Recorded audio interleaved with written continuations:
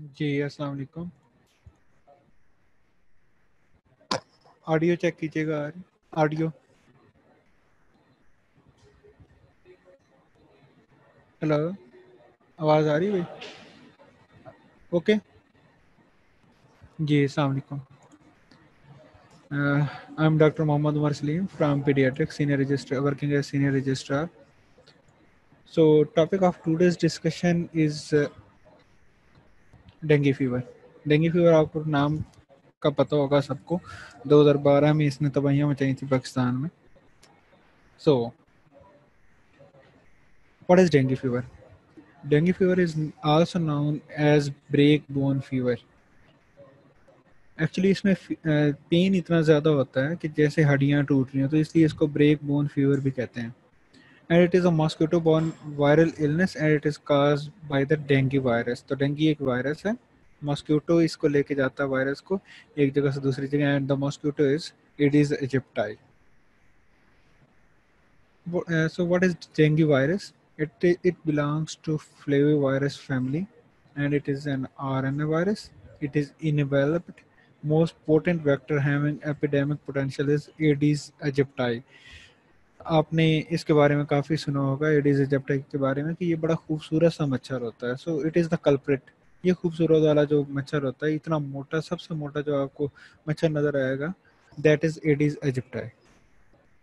And it is usually present during the day, mainly at the dawn and the dusk time. शाम के वक्त, शाम से just पहले, और सुबह सुबह ये बहुत ज़्यादा मकदारों में मौजूद होते हैं. And that is the main time for its biting. तो होता क्या है, mosquito feeds on the patient, on the blood of the patient who is having viremia from day 1 to day 8. And जब ये मच्छर इसको बाइट करेगा एक पेशेंट को, ये जो ब्लू वाला आपको दिखाया गया, पेशेंट को बाइट करेगा तो मच्छर जो है उसके अंदर वायरस चला जाएगा. और क्या होगा कि कुछ दिन बाद जब वही मॉस्किटो रीफीड्स और ट्रांसमिट वायरस, ये जो पिंक वाला आपको दिखाया गया, कि दूसरे ह्यूमन बीइंग की तरफ जाएगा, उसको जब बाइट करेगा तो उसकी वजह से क्या होगा कि उधर वायरस चला जाएगा, और उसके 3 से 4 दिन के बाद वायरीमिया होना स्टार्ट हो जाएगा. वायरस मल्टीप्लाई करना स्टार्ट कर देगा in the host. So where does the Aedes aegypti live? These are the few common and favored breeding places or sites of Aedes aegypti. उसमें क्या क्या है?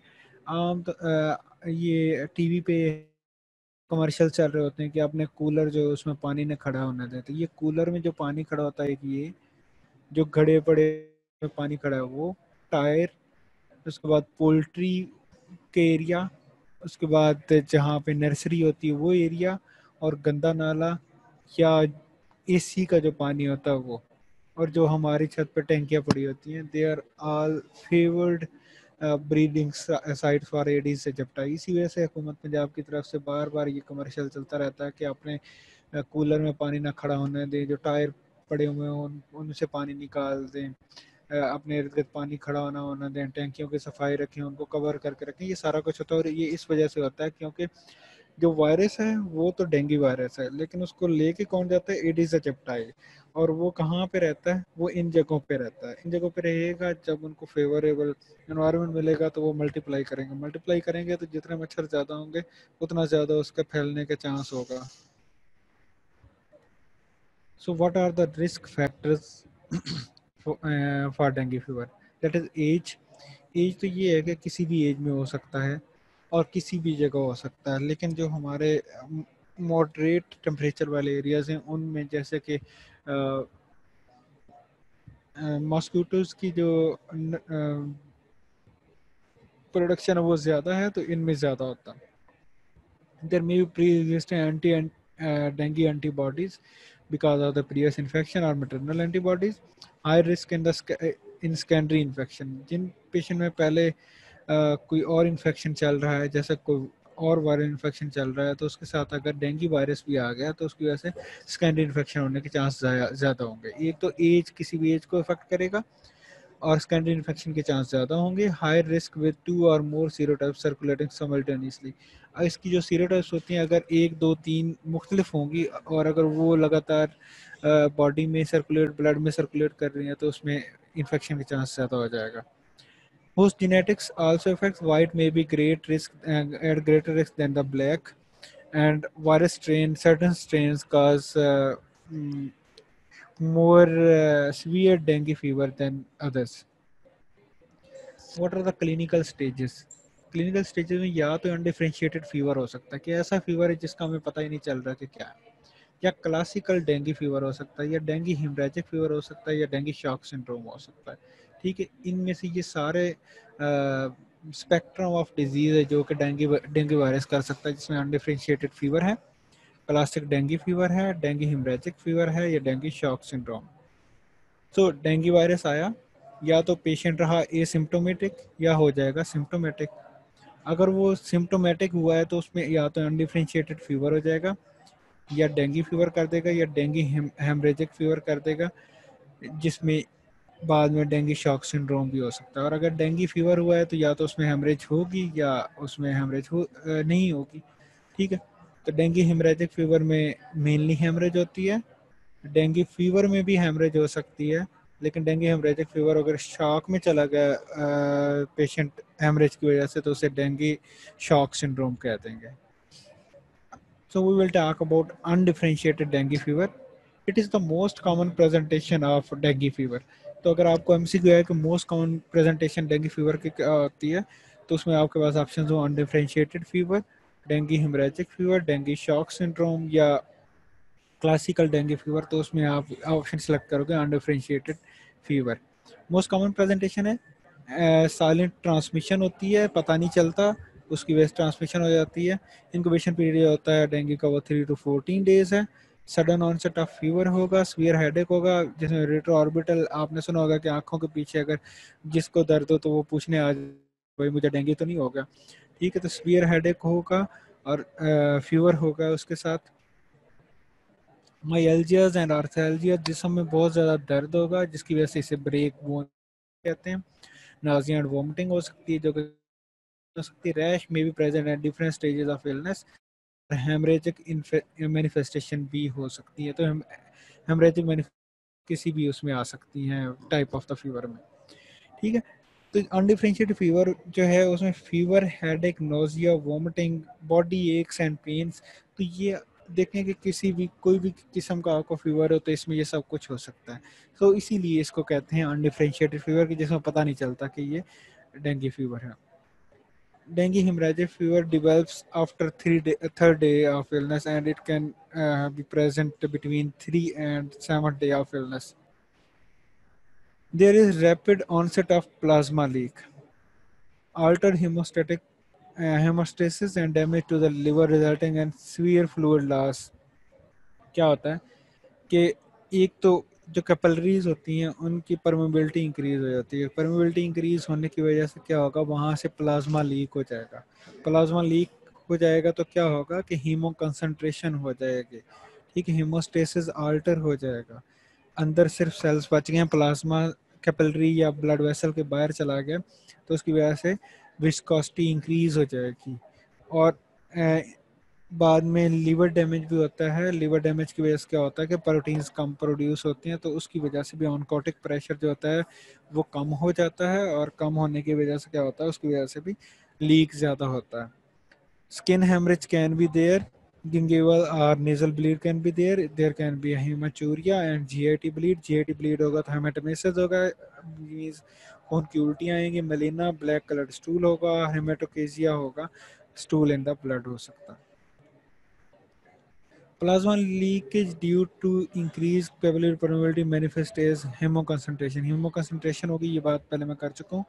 प्लूरल फियन भी हो सकती है, एसाइटिस भी हो सकता है, क्योंकि जो फ्री फ्लूइड है वो ब्लड वेसल से निकल के बाहर इंटरस्टिशियल स्पेस में आ गया हुआ, तो उस वजह से क्या हो सकता है, प्लूरल फियन और एसाइटिस हो सकता है। Bleeding due to capillary fragility हो सकती है, the capillaries become fragile because of the inflammation and infection, और उनकी permeability increase हुई होती है, तो उसकी वजह से क्या होता है कि bleeding हो सकती है. Liver damage manifests as an increase in the level of aminotransferases, low albumin level and deranged PT and APTT. तो ये देखें हमारे पास अभी तक क्या क्या चीज़ आई है. एक तो हमारे पास लीवर के लिहाज से चीज़ें आई हैं, तो हम लीवर के टेस्ट लाजमी करेंगे. दूसरा, ब्लीडिंग हो रही है तो हम ब्लड के सीबीसी लाजमी करेंगे जब हम इसके डायग्नोसिस पे जाएंगे. डेंगू शॉक सिंड्रोम हम कब कहेंगे, वो सॉरी स्लाइड इसमें मिसिंग होगी. डेंगू शॉक सिंड्रोम क्या होगा कि the patient is having continuous loss of fluid from the capillaries. Blood vessels में से फ्लूइड निकल के बाहर जा रहा है, इंटरस्टिशियल स्पेस में आ रहा है, तो जो वॉल्यूम ऑफ द ब्लड होता है वो कम हो जाएगा. वॉल्यूम ऑफ द ब्लड कम हो जाएगा तो बच्चा शॉक में चला जाएगा. शॉक किसे कहते हैं, शॉक कब कहेंगे, जब ऑक्सीजन की डिमांड जो होती है टिश्यू की, we can not meet the demand of oxygen for the tissues and organs. उसकी जब डिमांड जो होगी उसको मीट नहीं कर सकेंगे तो उसे कहेंगे शॉक. तो डेंगू शॉक सिंड्रोम ये होगा कि डेंगू फीवर हुआ, उसमें क्या हुआ कि प्लाज्मा लीक होना स्टार्ट हो गया. प्लाज्मा लीक की वजह से, प्लाज्मा लीक क्यों होता है इसमें, इन्फ्लेमेशन की वजह से, और increase permeability of the capillaries secondary to the inflammation. उसकी वजह से क्या हुआ कि प्लाज्मा लीक की वजह से हीमो कंसंट्रेशन होगी, and plasma leak leads to decreased intravascular fluid.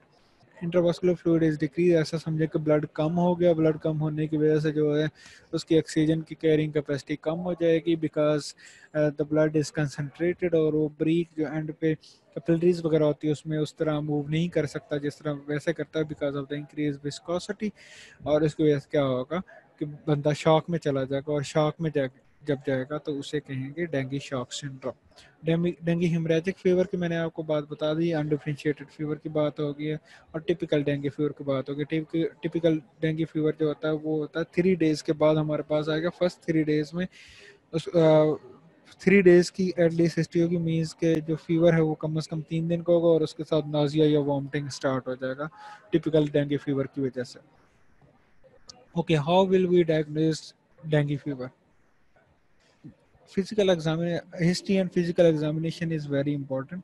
सबसे पहले हम हिस्ट्री लेंगे. हिस्ट्री में हमें क्या मिलेगा, तो हो सकता है हमें को कंटेक्ट की हिस्ट्री मिल जाए कि इसके आसपास कोई ऐसा बंदा रहता था जिसको डेंगू फीवर है, या ये ऐसे इलाका में रहता है जहाँ पे डेंगू फीवर आजकल कॉमन है. तो हिस्ट्री इंपॉर्टेंट होगी. उसमें फिर हम ये भी देखेंगे कि ड्यूरेशन ऑफ फीवर कितना है. मैंने आपको बताया कि 3 डेज की फीवर की हिस्ट्री चाहिए होती है फॉर सस्पेक्टिंग डेंगू फीवर. तो 3 डेज की हिस्ट्री होगी, उसके साथ vomiting, nausea, body ache, retro orbital pain हो सकता है. तो ये सारे सिम्टम होंगे तो फिर हम सोचेंगे कि ये डेंगू हो सकता है. फिर हम एग्जामिनेशन करेंगे. एग्जामिनेशन में हमारे पास क्या क्या हो सकता है, ब्लड प्रेशर कम हो सकता है. ब्लड प्रेशर कम क्यों होगा, because of the leak of the fluids. Weak और रैपिड पल्स होगी, वो भी उसी वजह से. का ब्लड प्रेशर लो हो गया. रैश हो सकता है. फीवर जो होता है it can be associated with rash, और ये होता है प्लेटलेट कम होने की वजह से. डेंगू फीवर में प्लेटलेट्स कम हो जाते हैं और उसकी वजह से रैश हो जाता है. रेड आइज हो सकती हैं, रेड थ्रोट हो सकता है, सोलन ग्लैंड हो सकते हैं, लाई लिवर हो सकता है. लाई लिवर क्यों होता है कि लिवर डिसफंक्शन स्टार्ट हो जाता है, तो उसकी वजह से क्या होता है, derangement of the liver function test हो जाती है, और उसमें फिर साथ में लाई लिवर भी आ सकता है. तो हिस्ट्री और examination is very important. History के पॉइंट्स मैंने आपको बता दिए कि हम उसकी हिस्ट्री लेंगे कि भाई रहते कहाँ हो, आसपास कोई ऐसा बंदा तो नहीं रहता या इलाके में कि जहाँ बहुत ज़्यादा डेंगू के केसेस आ रहे हूँ, या ऐसे इलाके में रहते हो कि जहाँ मच्छर बहुत ज़्यादा हूँ, मॉस्किटो बाइट बहुत ज़्यादा. तो ये हिस्ट्री लेंगे. देन उसकी हिस्ट्री लेंगे about bleeding from any site, duration of fever, is there any vomiting और nausea, any weakness, pain in the body, retroorbital pain, myalgias and arthralgias. तो उसकी हिस्ट्री लेंगे. रैश देखेंगे. रेड आइज हो सकती हैं, रेड थ्रोट हो सकता है एग्जामिनेशन पे, सोलन ग्लैंड्स हो गए, लाई लिवर हो सकता है, और blood pressure there will be hypotension. Hypotension होगी और वीक रैपिड पल्स होगी, और उसमें जो पल्स प्रेशर होता है which is the difference between the diastolic and systolic blood pressure, वो इंक्रीज होगा. ठीक है.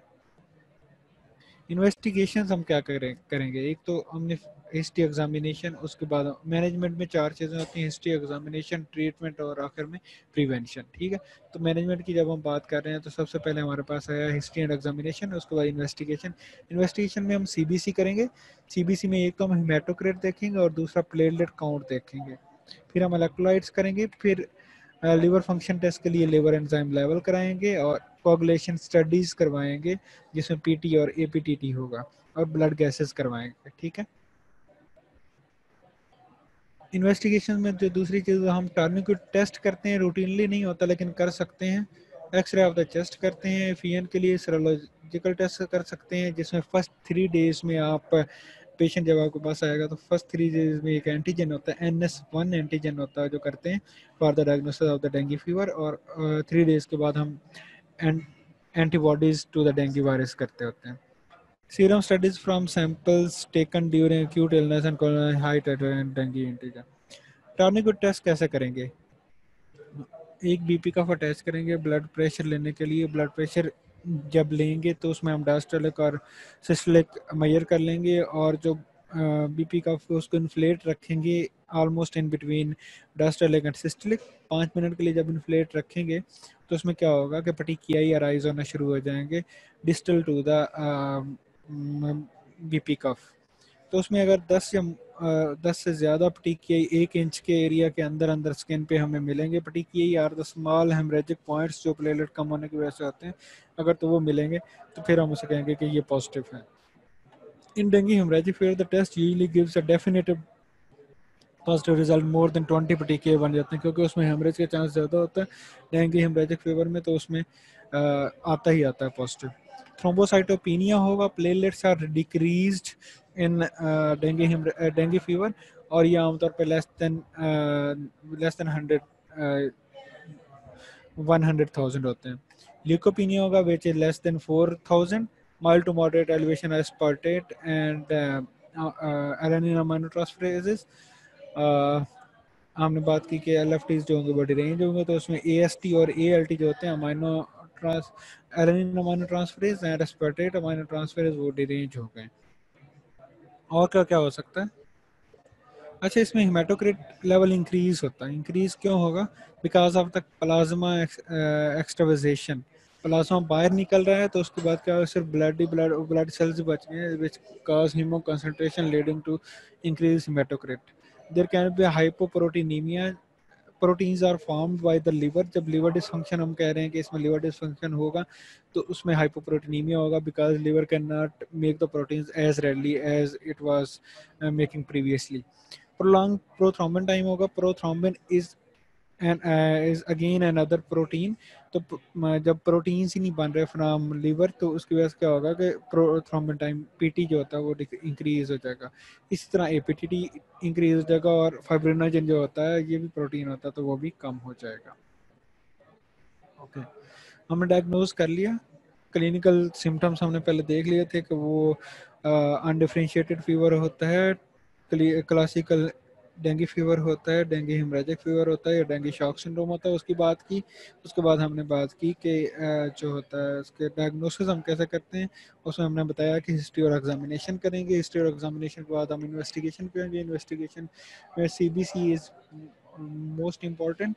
We will look for leucopenia, thrombocytopenia and increased hematocrit. Then we will go for NS1 antigen in the first 3 days and antibodies in patient with a history of more than 3 days. उसके बाद हम turning test की बात की थी। बाकी जो स्पॉटिव investigation थी उसमें हमने पीटी और एपीटीटी कराया था, फाइब्रिनोजन एल्बुमिन लेवल ये सारे प्रोटीन्स के लेवल कराया था, सीरम इलेक्ट्रोलाइट्स हमने कर लिए थे। Okay, no complications of the disease, they can be shock. पहले ही हमने बात कर ली है कि शॉक हो सकता है, इंसेफ्लोपैथी हो सकती है। इंसेफ्लोपैथी किस वजह से हो सकती है, हाइपोक्सीमिया की वजह से हो सकती है, और ये because of the increased viscosity हो सकती है। रेजिडुअल ब्रेन डैमेज हो सकता है, क्योंकि विस्कोसिटी इंक्रीज हुई कोई एक जगह हो सकता है, वहाँ पे जाके इन्फाक्ट बन के हो, इन्फाक्ट बनने की वजह से रेजिडुअल ब्रेन डैमेज हो सकता है। It can lead to seizures and there can be liver damage. Okay, what is the treatment of the dengue fever? For severe dengue,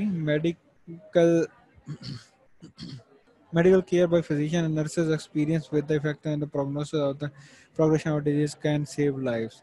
तो जब भी डेंगू फीवर आपके पास आएगा फ़ौरन उसको ट्रीट करना होता है, तो जितना जल्दी ट्रीट करेंगे उतना उसमें जो है probability of saving the life वो ज़्यादा होगी.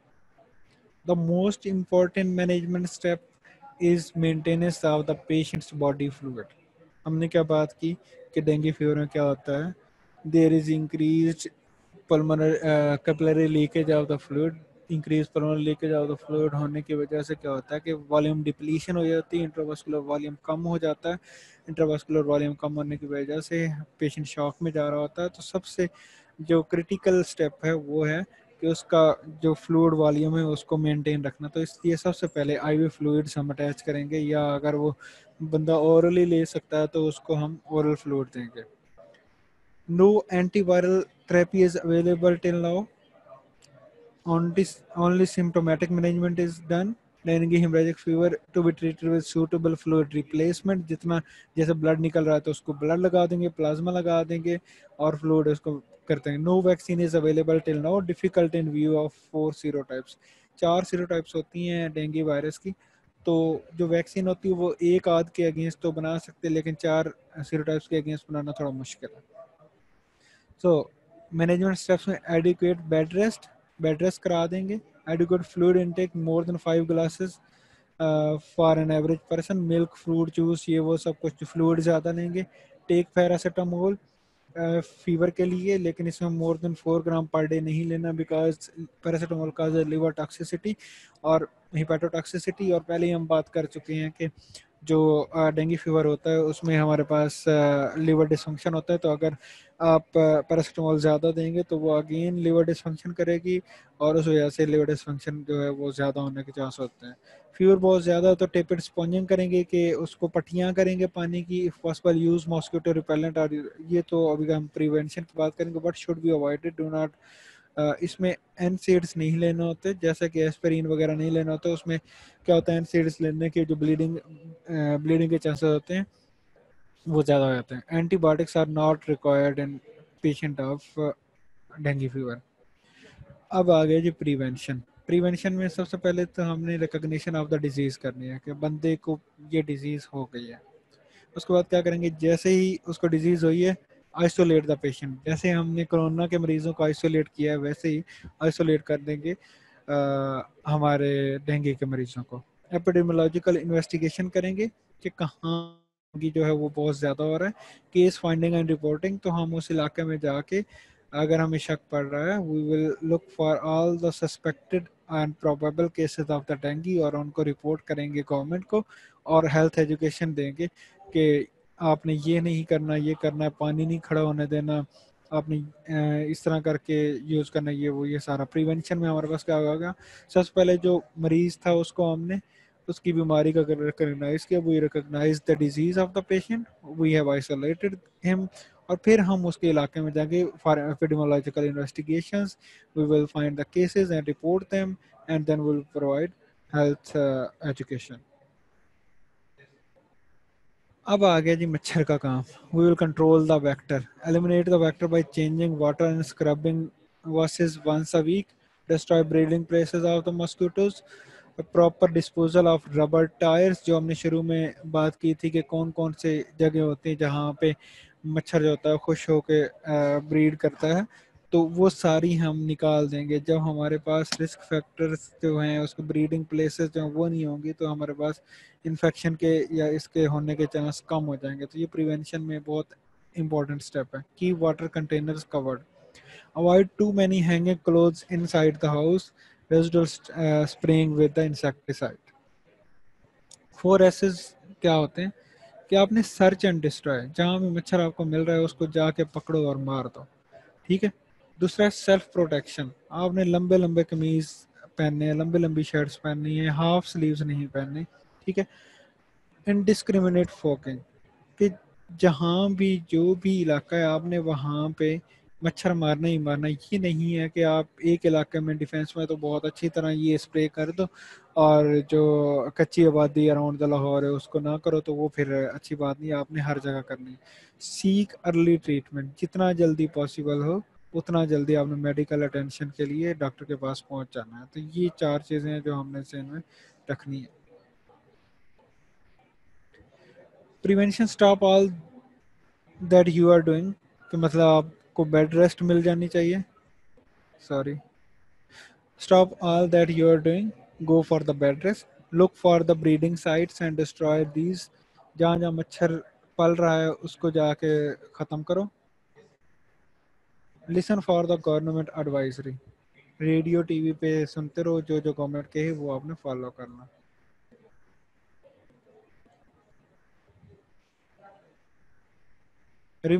ओके जी, कीप इन माइंड कि हमने डूज और डोंट्स क्या करना है। Remove water from coolers and other small containers at least once in a week, तो भी बात के हफ्ते में एक दफ़ा आपने जो है कूलर जो है खाली करने ही करने हैं।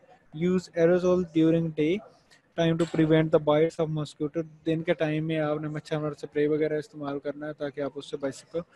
Do not wear cloth that expose arms and legs, तो ये हाफ स्लीव्स की जो मैंने बात की। यूज़ मॉस्किटो रिपेलेंट्स, और मॉस्किटो से बचने के लिए आपने रात में मच्छरदानियाँ यूज़ करनी है। जी, आप लोगों के questions.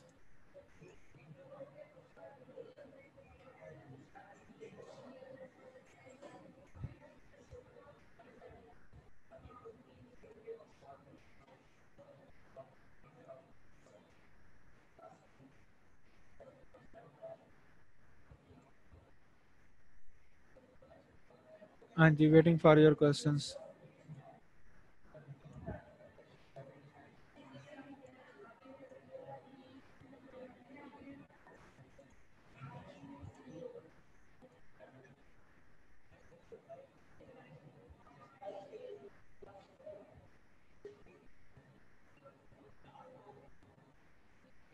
We have plenty of time, तो आपके ज़हन में जो भी क्वेश्चन है प्लीज़ वो पूछ लीजिए।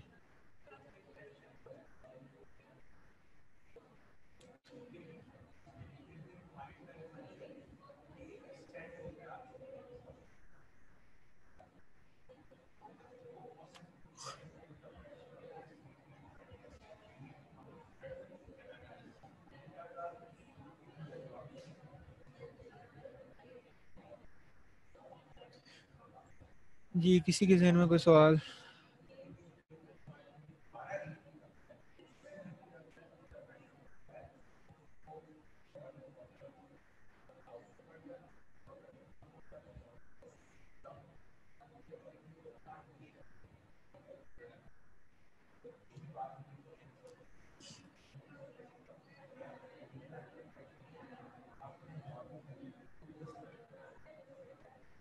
Any questions?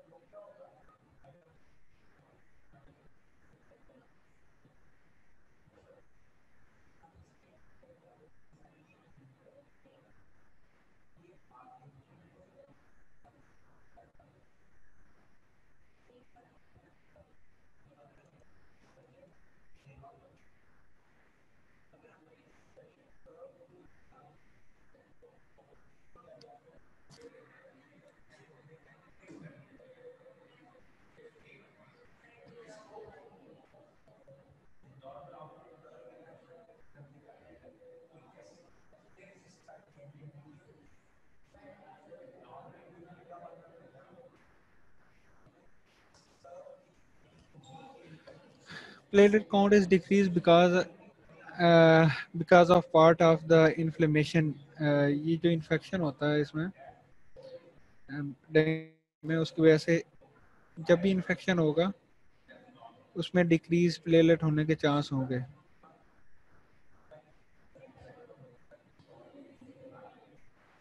इन्फ्लेमेशन में कुछ चीज़ें होती हैं जिसमें वाइट सेल आपका कम हो जाएगा या इंक्रीज हो जाएगा, और प्लेलेट जो होंगे वो भी कम या ज़्यादा हो जाएंगे, ठीक है।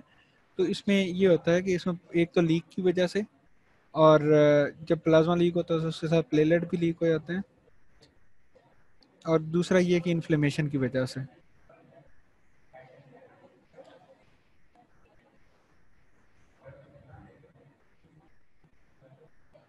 और तीसरी चीज़ जो उसमें होती है, उसमें ये होता है कि हमारे पास प्लेलेट से होते हैं वो भी लिवर से ही आ रहे होते हैं, बोन मैरो से आ रहे होते हैं।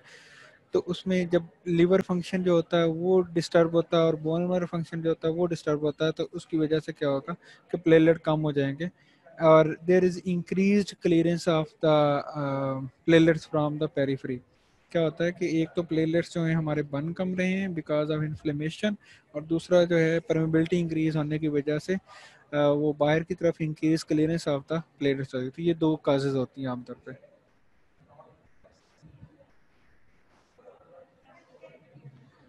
ओके, फ्लूइड रिप्लेसमेंट थेरेपी जो देते हैं डीएचएफ में, उसका क्या क्राइटेरिया होता है? Actually it is given at 1.5 times the normal maintenance fluid. जैसा कि अगर एक पेशेंट को 100 ml पर KG 100 ml per day fluid फर्ज किया जा रहा है, तो उसको हम डेंगू हिमरेजिक में मोर देन 1.5 टाइम्स देंगे, जैसे कि 150 ml से ज़्यादा उसको देंगे, ठीक है। तो इसमें ये होता है कि फिर हम इसको ml पर केजी पर आवर के हिसाब से इसको डिवाइड करते हैं। 150 ml पर केजी पर डे जो होता है वो फ्लूइड होता है जो हमने देना होता है, मीन्स 1.5 टाइम्स द मेंटेनेंस, और उसको हम डिवाइड करते हैं पर आवर में, और वो हम 24 टू 48 आवर्स में कंटिन्यूसली चलाते रहते हैं। पहले 48 आवर्स आर वेरी इंपॉर्टेंट। तो जब हमारे पास पेशेंट डेंगू हेमरेजिक फीवर या डेंगू फीवर या डेंगू शॉक सिंड्रोम के साथ आएगा, तो उसमें ये होता है कि हमने वो देखना होता है ब्लड प्रेशर, सॉरी, उसका फ्लूइड रिससिटेशन के लिए हमने 48 आवर्स का फ्लूइड कैलकुलेट करना होता है at 1.5 times of the maintenance, और उसको हम 48 आवर्स में देंगे। और साथ में हम उसको असेस इस तरह करेंगे, एक तो हम उसको ब्लड प्रेशर देखते रहेंगे। ब्लड प्रेशर में जैसे मैंने आपको बताया कि उसका जो पल्स प्रेशर होता है इन पेशेंट्स में ज़्यादा हो जाता है बिकॉज डायस्टोलिक प्रेशर बहुत कम हो जाता है। सिस्टोलिक प्रेशर आमतौर पर नॉर्मल रहता है, तो उसकी वजह से क्या होता है पल्स प्रेशर कम हो जाता है। तो हम उसको देखते रहते हैं। एक ब्लड प्रेशर मॉनिटर करेंगे during fluid resuscitation.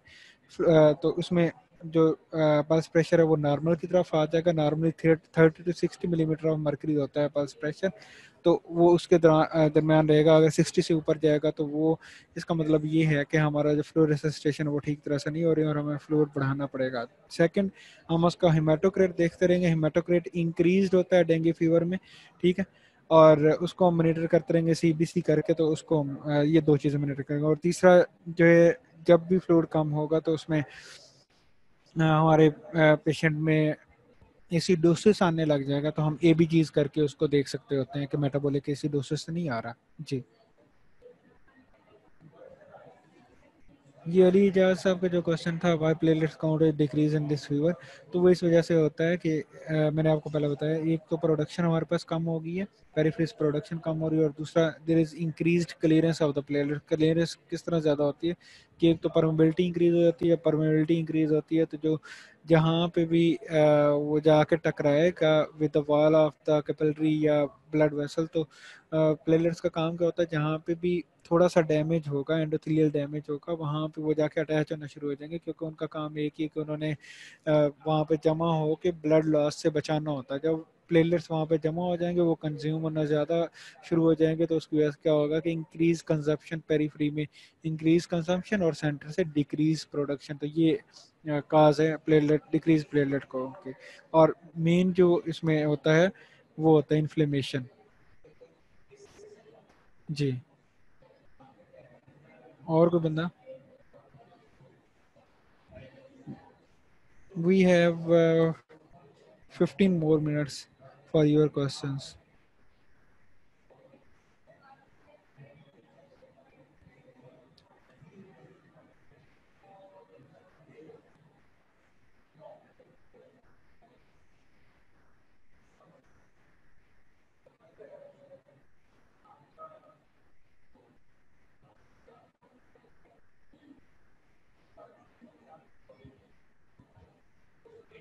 Ji, any queries from anyone else?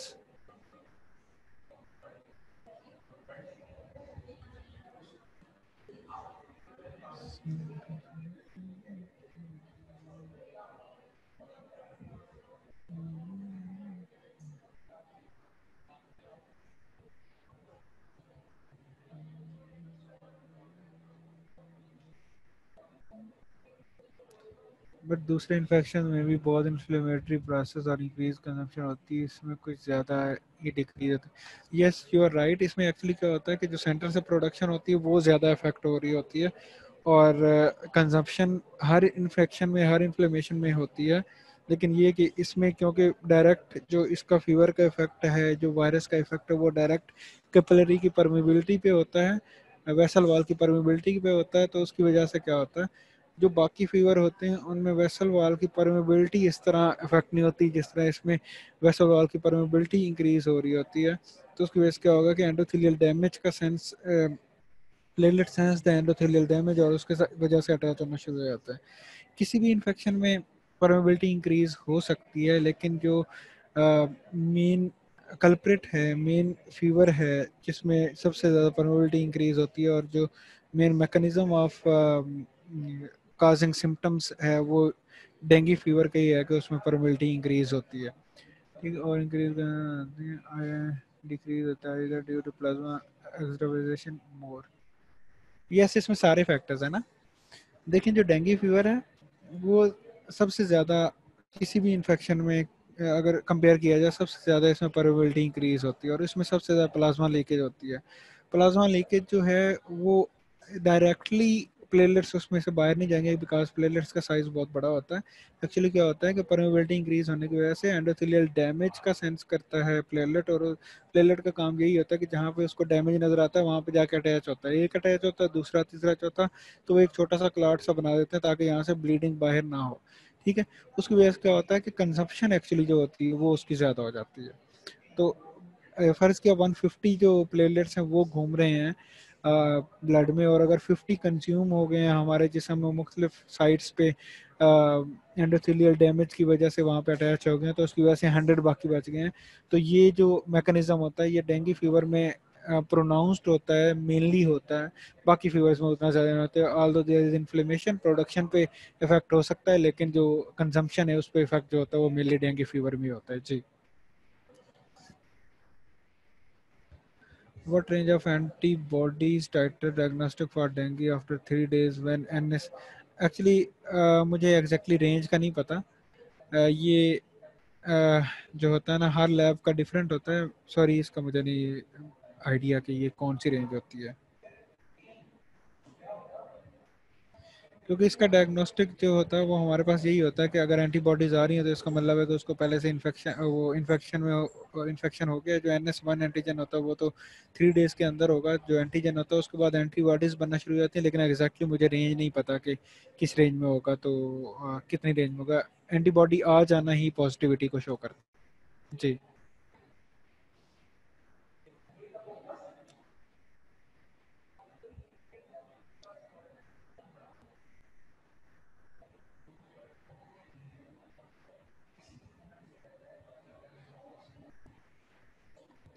और कोई बंदा?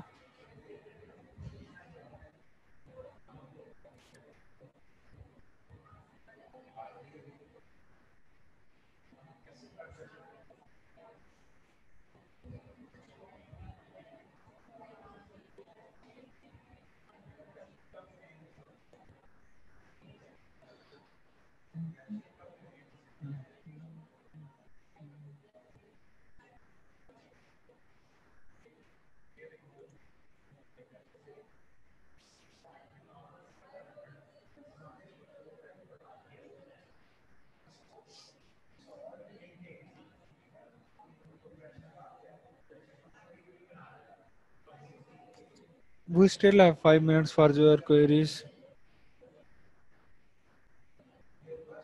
5 मिनट के बाद फिर मैं आपसे क्वेश्चन करूंगा।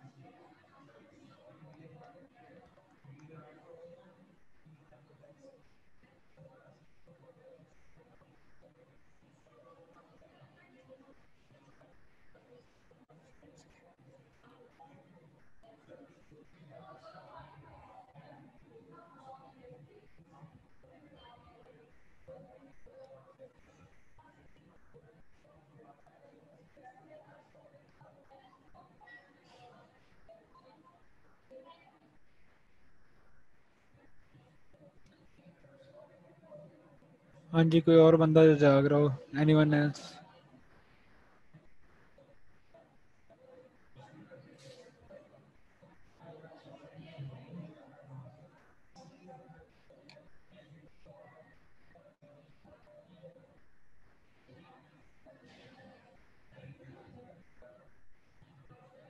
Okay, no question sir.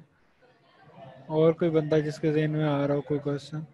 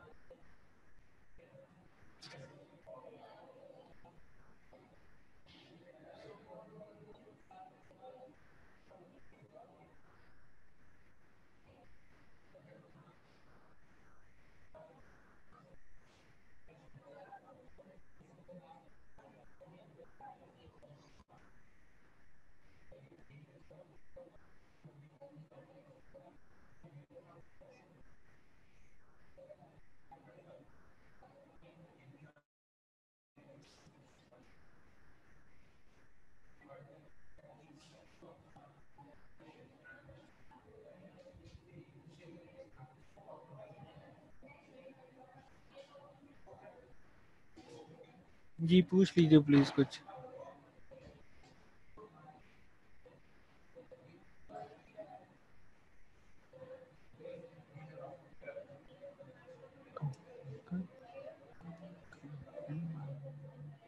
Okay जी, हम चलते हैं एमसीक्यू की तरफ।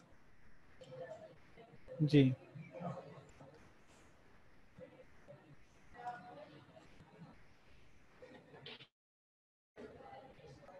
ए बी सी या डी? और कोई बंदा? जी। और तीन चार लोग ही हैं जिनके मैसेज आ रहे हैं, शायद यही लोग ही जाग रहे हैं जी। शाबाश। Okay, very good.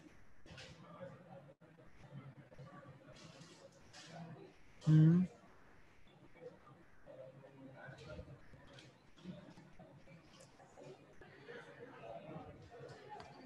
ओके जी। एनोफ्लीज क्या करता है? एनोफ्लीज जो मॉस्किटो होता है वो क्या करता है?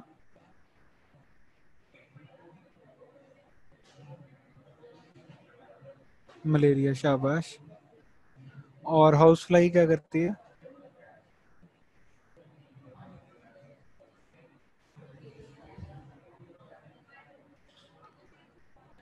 चलें जी। You all are right. जो डेंगू फीवर है, it is caused by dengue virus. और जो इसका वेक्टर होता है, दैट इज एडिस मॉस्किटो। और इसमें जो मोस्ट कॉमन होता है वो फीमेल, वो सॉरी, एडिस एजिप्टाई होता है। ठीक है। ओके जी, नेक्स्ट क्वेश्चन। ये लीजिए।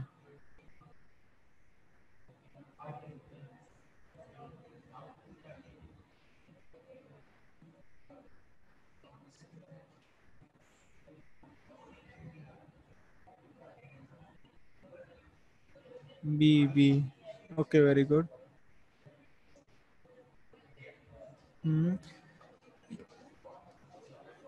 These are the easiest of the questions I think.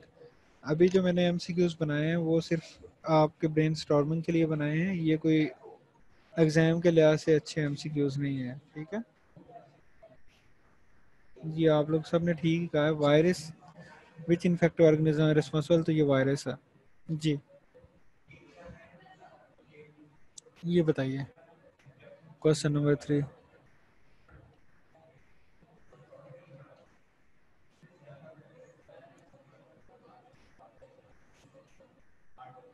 A A A, okay, very good.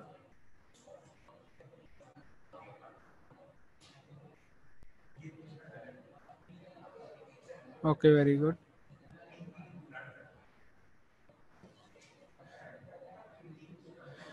ठीक है जी, सब ने ठीक है। Decrease in the platelet levels, ये अभी हमने डिस्कस भी किया है कि प्लेटलेट लेवल डिक्रीज क्यों होता है। ठीक है, decrease in the platelet level. Okay जी, एमसीक्यूज तो खत्म हो गई हैं। अभी मैं स्लाइड्स दोबारा आपको दिखाऊंगा। आपको जिस स्लाइड में इश्यू नजर आए, जो भी क्वेश्चन आपको नजर आए, वो प्लीज़ आप फौरन पूछ लीजिएगा, क्योंकि अभी हमारे पास टाइम है तो हम इसको डिस्कस कर लेते हैं। ओके, डेंगू फीवर की डेफिनेशन में मेरा नहीं ख्याल किसी को कोई इशू होगा कि ये इसको ब्रेक बोन फीवर क्यों कहते हैं, because of the extreme pains जो माइल्जियाज और आर्थ्राल्जियाज होते हैं उसकी वजह से। और दूसरा, डेंगू फीवर क्या है, सॉरी डेंगू वायरस क्या है, ये फ्लेवी वायरस है, आरएनए वायरस है, और it is transmitted by Aedes aegypti. ठीक है, एडिस एजिप्टाई का हमने डायग्राम देख ली, शक्ल देख ली। उसके बाद ये कहाँ से कैसे एक ह्यूमन से लेकर दूसरे तक जाता है वो देख लिया। फिर हमने इसकी ब्रीडिंग साइट्स देखी। प्रिवेंशन में याद रखें, यही ब्रीडिंग साइट्स को हमने ख़त्म करना है तो हमारे पास प्रिवेंशन आ जाएगी। रिस्क फैक्टर कुछ भी नहीं है मेनली, कि ये कि कोई भी इन्फेक्ट हो सकता है और इसमें सेकेंडरी इन्फेक्शन के चांस ज़्यादा होते हैं। ये इंपॉर्टेंट है कि अनडिफरेंशिएटेड फीवर हो सकता है, क्लासिकल डेंगू फीवर हो सकता है, डेंगू हेमरेजिक फीवर हो सकता है, शॉक सिंड्रोम हो सकता है, वो हम डिस्कस कर चुके हैं। कि अनडिफरेंशिएटेड में फीवर होगा, हेडेक होगा, माइल्जियाज, आर्थराल्जियाज, नोजिया, वॉमिटिंग, रैश हो सकता है, पर्टिकुलर रैश होता है। ठीक है, हेमरेजिक मैनिफेस्टेशंस आ सकती हैं। डेमी के हेमरेजिक फीवर जो होता है वो 3rd से 7th डे के दरमियान आमतौर पे आता है, और उसमें कहीं भी ब्लीडिंग हो सकती है, ऊपर से लेकर नीचे तक। आइस की बात करें, eyes, nose, mouth, skin, GIT bleed, even urinary tract bleed भी हो सकती है। प्लाज्मा लीकेज की वजह से हमने कहा था कि हीमो कंसनट्रेशन हो जाती है, और उसकी वजह से क्या होता है कि हेमाटोक्रिट हमारे पास ज़्यादा हो जाता है, लेकिन ब्लड प्रेशर जो होता है वो कम हो जाता है, और पल्सेस जो होती हैं वो फीवर हो जाती हैं। Bleeding due to capillary fragility plus platelet decrease platelet count. Diagnose हमने कैसे किया था, हमने हिस्ट्री एग्जामिनेशन ली थी, उसके बाद हमने इन्वेस्टिगेशन में सीबीसी कराई थी। सीबीसी में हमने हेमाटोक्रिट और प्लेटलेट काउंट देखा था, और उसके बाद जो है इलेक्ट्रोलाइट्स वगैरह किए थे, कोगुलेशन स्टडीज कराई थी, लीवर फंक्शन टेस्ट को, टार्निको टेस्ट का आपको बताया था कि बीपी कप अटैच करके आप 5 मिनट के लिए उसको इन्फ्लेट रखते हैं between diastolic and systolic blood pressure, और 5 मिनट के बाद टीके राइज होना शुरू हो जाती हैं at a point distal to the BP cuff. और अगर 1 इंच के अंदर अंदर 10 या 10 से ज़्यादा टीके होंगे तो हम उसे कहेंगे पॉजिटिव टर्निको टेस्ट है, और ये आमतौर पर डेंगू हेमरेजिक फीवर में पॉजिटिव होता ही होता है। ठीक है, उसके बाद हमारे पास थ्रोम्बोसाइटोपिनिया आ जाएगा, प्लेटलेट काउंट डिक्रीज हो जाएगा, मोस्टली लेस देन 100,000 आ जाएंगे, ल्यूकोपिनिया होगा लेस देन 4,000 हो जाएगा, और ALT AST रेंज हो जाएंगे। हाई प्रोटीन सारे कम हो जाएंगे, एल्बुमिन भी कम होगा, पीटी प्रोथ्रोम्बिन टाइम भी इंक्रीज हो जाएगा, और फाइब्रोनेजन डिक्रीज हो जाएगा। रिस्क कॉम्प्लिकेशंस जो थी, शॉक था, एंसेफेलोपैथी थी, रेसिडुअल वीकनेस थी, सीजर थे, और लिवर डैमेज था। ट्रीटमेंट में हमने कहा था कि फ्लूइड हमने देना होता है एट 1.5 टाइम्स द मेंटेनेंस, जो एक आप में से किसी को क्वेश्चन था, 1.5 टाइम्स द मेंटेनेंस देना होता है। 48 आवर्स बहुत इंपॉर्टेंट होते हैं, 48 आवर्स में कॉन्टिन्यूस फ्लूइड जाना होता है, और हमने उसको मॉनिटर करना होता है विद हेमाटोक्रिट, ब्लड प्रेशर और यूरिन आउटपुट से। उसके बाद ट्रीटमेंट में हमारे पास एंटीवायरल थेरेपी नहीं है, हमारे पास वैक्सीन नहीं है, तो इसका मेनली सपोर्टिव मैनेजमेंट होता है, टेपर स्पंजिंग कर सकते होते हैं। ठीक है, प्रिवेंशन कैसे करनी है कि हमने एक तो पेशेंट को आइसोलेट कर देना होता है। सबसे पहले हमने डिजीज़ को फ़ौरन पता करना है कि अच्छा जी इस बंदे को डेंगू फीवर हो गया, उसका आइसोलेट कर देंगे, और फिर उसी के इलाके में हम बाकी देखेंगे कि और कोई तो लोग नहीं है जिनको डेंगू फीवर इसी तरह के सिम्टम्स आ रहे हैं। केस फाइंडिंग रिपोर्ट करेंगे, हेल्थ एजुकेशन करेंगे। उसके बाद हमने मॉस्किटो कंट्रोल करना। मॉस्किटो कंट्रोल करने के सबसे पहले हमने पानी जहाँ जहाँ खड़ा है उसको ख़त्म करना है। पानी ख़त्म करने के बाद हमने मॉस्किटो रिपेलेंट्स यूज़ करने, और नेट यूज़ करनी है। ठीक है, सोते हुए मच्छरदानी यूज़ करनी होती है। उसके बाद 4 एस जो हमने कहे थे, सर्च एंड डिस्ट्रॉय, जहाँ मिले उसको मार दो, प्रोटेक्शन करो, जल्दी उसके पास जाओ और हर जगह स्प्रे कर दो। उसके बाद बेड रेस्ट इंपॉर्टेंट होता है, इसलिए stop all that you are doing, look for breeding sites, और listen for the government advisory. ये चीज़ होगी जी। चलें जी, एक स्लाइड रहती थी।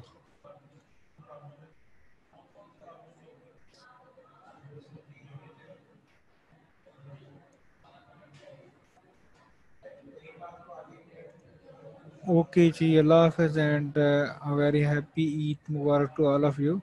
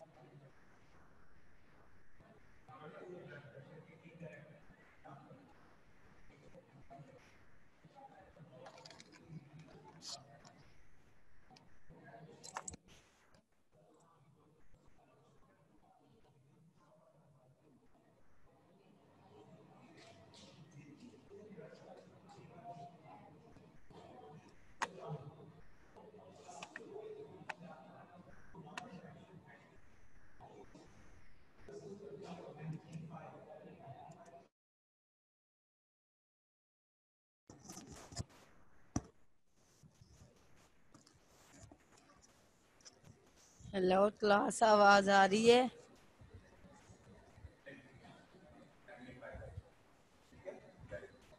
हेलो क्लास, आवाज आ रही है? All of you in Bharat.